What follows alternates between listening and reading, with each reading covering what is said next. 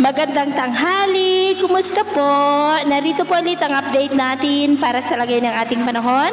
Ngayong tanghali po ng January 22, 2024 na kung saan sa ngayon ay malakas ulit ang bugso ng hanging amihan lalo na po dito sa northern part ng Northern Luzon habang may manipis pa rin na shear line na umiiral pa rin dyan sa may Bicol region at easterlies naman ang umiihip sa nalalabing bahagi ng silangan ng ating bansa.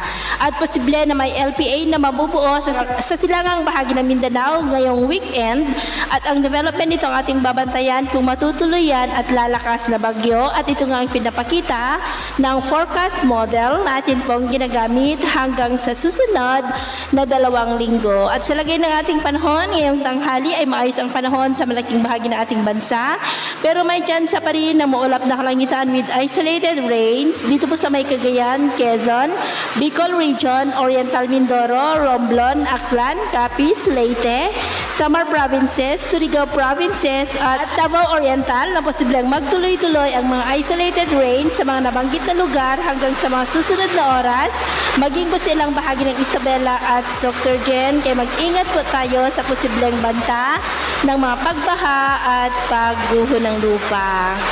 At sa atin naman pong mga baybayin dahil po sa amihan ay maalon po sa mga baybayin ng Ilocos Region, Cagayan, Extreme Northern Luzon Seaboard at silangang baybayin ng Luzon ng mga alon ay posibleng aabot hanggang po sa 2 to 4 meters height. At dahil naman sa easterlies ay maalon rin sa silangang baybayin ng Visayas at Mindanao na ang mga alon ay posible po na aabot hanggang po sa 1.8 to 2.5 meters height. Kiwasan muna natin ang papalaot diyan po sa mga may kulay pula para mas makaiwas sa mga sakunang pangkaragatan.